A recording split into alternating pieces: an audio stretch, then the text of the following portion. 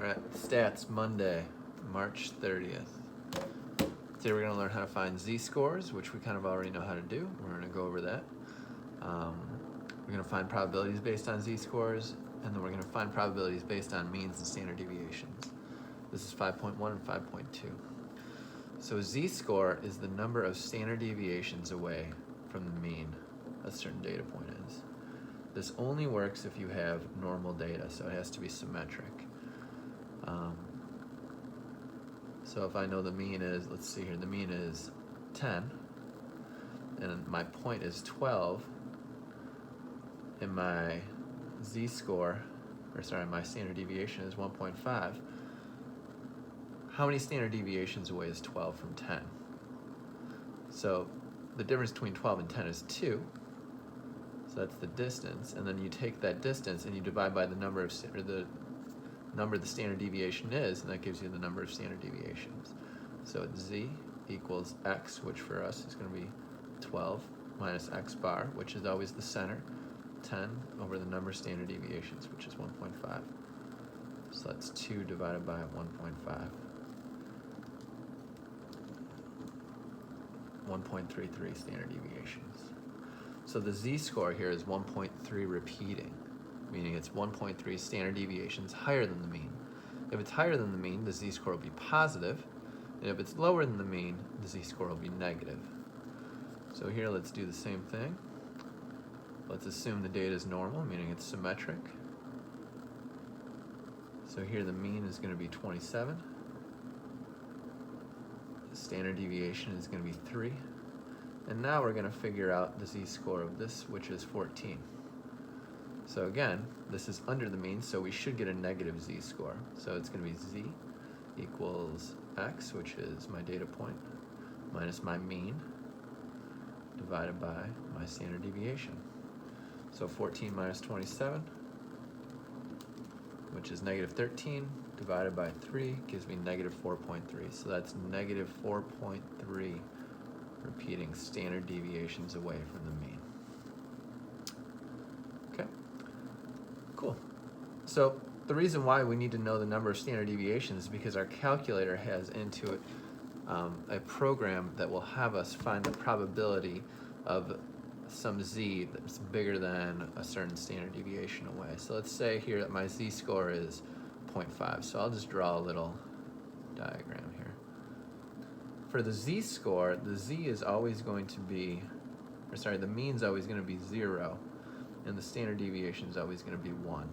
So 0.5 standard deviations away, that's going to be here. 0.5, yeah, right, standard deviations away. Greater than is going to be shaded that way. So the way we do that, make sure you can see it, yep, is we go second variables, which is our distribution. We go to normal CDF. So normal CDF, it's going to ask us for a high and it's going to ask us for a low. Notice the mean is 0 and the standard deviation is 1. If we're talking about z-scores, that will always be the case. So here we go. The mean is going to be, the low bound is going to be 0.5, and the high bound, just make it something pretty big and pretty positive. So 0.38. The math Excel is going to have you round to the nearest hundredth, 3085. Okay, so 30.85% of the time. Here, if we want, I'll go ahead and draw the diagram again for you. I always like drawing the diagram. So again, 0 is going to be the mean, 1 is going to be the standard deviation. Now, instead of going greater than, we're going less than 0.2. So 0.2 standard deviations away is actually going to be like right here, negative 0.2. And we're going to shade this way. So I always like to draw the diagram so I can see what's going on. I won't get my signs mixed up. So I go second distribution, normal CDF. Now I'm going to go something down here, so let's make it like negative 1200 or something negative and big. It could be negative 10. Anything that's negative and big, and then negative 0.2. Mean 0, standard deviation of 1, because it's a z-score, that'll always be the case. So that'll be 0.4207 if we're rounding to the nearest fourth decimal place. Great. So this one, we're going to find the probability is between negative 0.2 and 0.5. So my diagram is going to look like this. When you're learning this, I would definitely recommend drawing your diagram, just so you can kind of get a feel for what's going on. 0 always goes in the middle. 1 always goes as your standard deviation when we're talking about z-scores. And then negative 0.2 is going to be right here. And positive 0.5 is going to be right here. So we're going to find the area under the curve. By the way, the area under all these curves, every single one, is going to be 1. So we're just finding this area right here, which is obviously going to be less than 1. So now we go normal CDF again, so second distribution, normal CDF. Our low bound is negative 0.2. And our high bound is going to be positive 0.5. Mean 0, standard deviation 1, just like it tells us. Boom. 0.2707.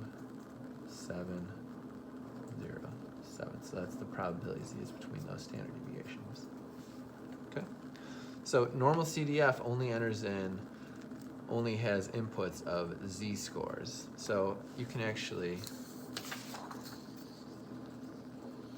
this is going to be 5.2. I'll just do one example, because basically all you need to do here is you need to find the z-scores of 3, and you need to find the z-scores of 8. So here, notice the mean isn't 0 and the standard deviation is not 1.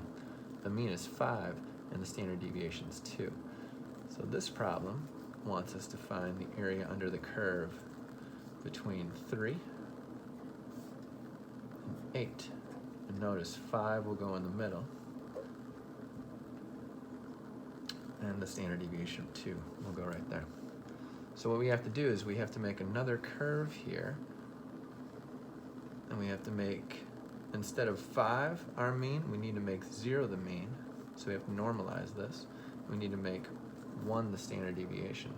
So the way we do that is we have to find the z-score of this number and the z-score of this number. So let's do that real quick. The z of 3 is going to equal 3 minus 5 divided by 2. So that's going to be equal to negative 1. So I just found my low bound to be negative 1. And now let's find z of 8. That's going to be 8 minus 5 divided by 2. So I'm just finding my two z-scores here and here because they're not normalized. I need to normalize them. 3 minus 8, or 8 minus 3. 8 minus 5 is 3, divided by 2 is 1.5. 1.5. So now I need to find the area under the curve between negative 1 and 1.5. So I go second distribution, normal CDF, negative 1, positive 1.5, mean of 0, standard deviation of 1, paste, 0.7745.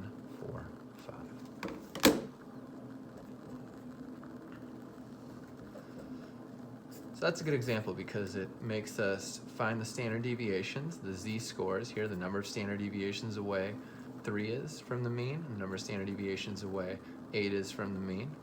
After I find those two z-scores, now I can use my normal CDF to figure out the area under that curve. Okay? Let me know if you have any questions.